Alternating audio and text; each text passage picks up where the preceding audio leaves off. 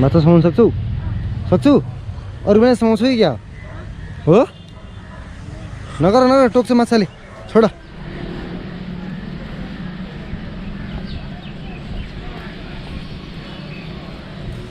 यो चाहिँ हाम्रो भक्तपुरको कमल पोखरी हो।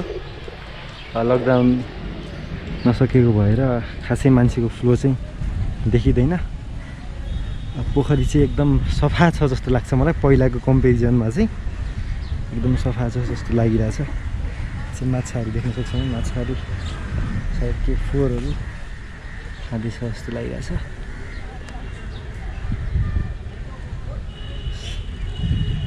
प्लास्टिकको फोहोरहरू चाहिँ खासै देखिरहेको छैन।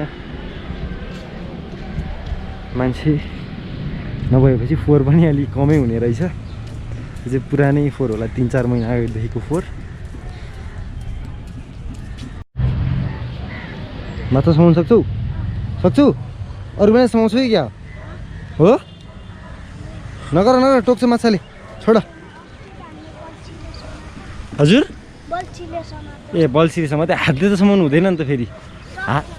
हातले त टोकिहाल्छ नि।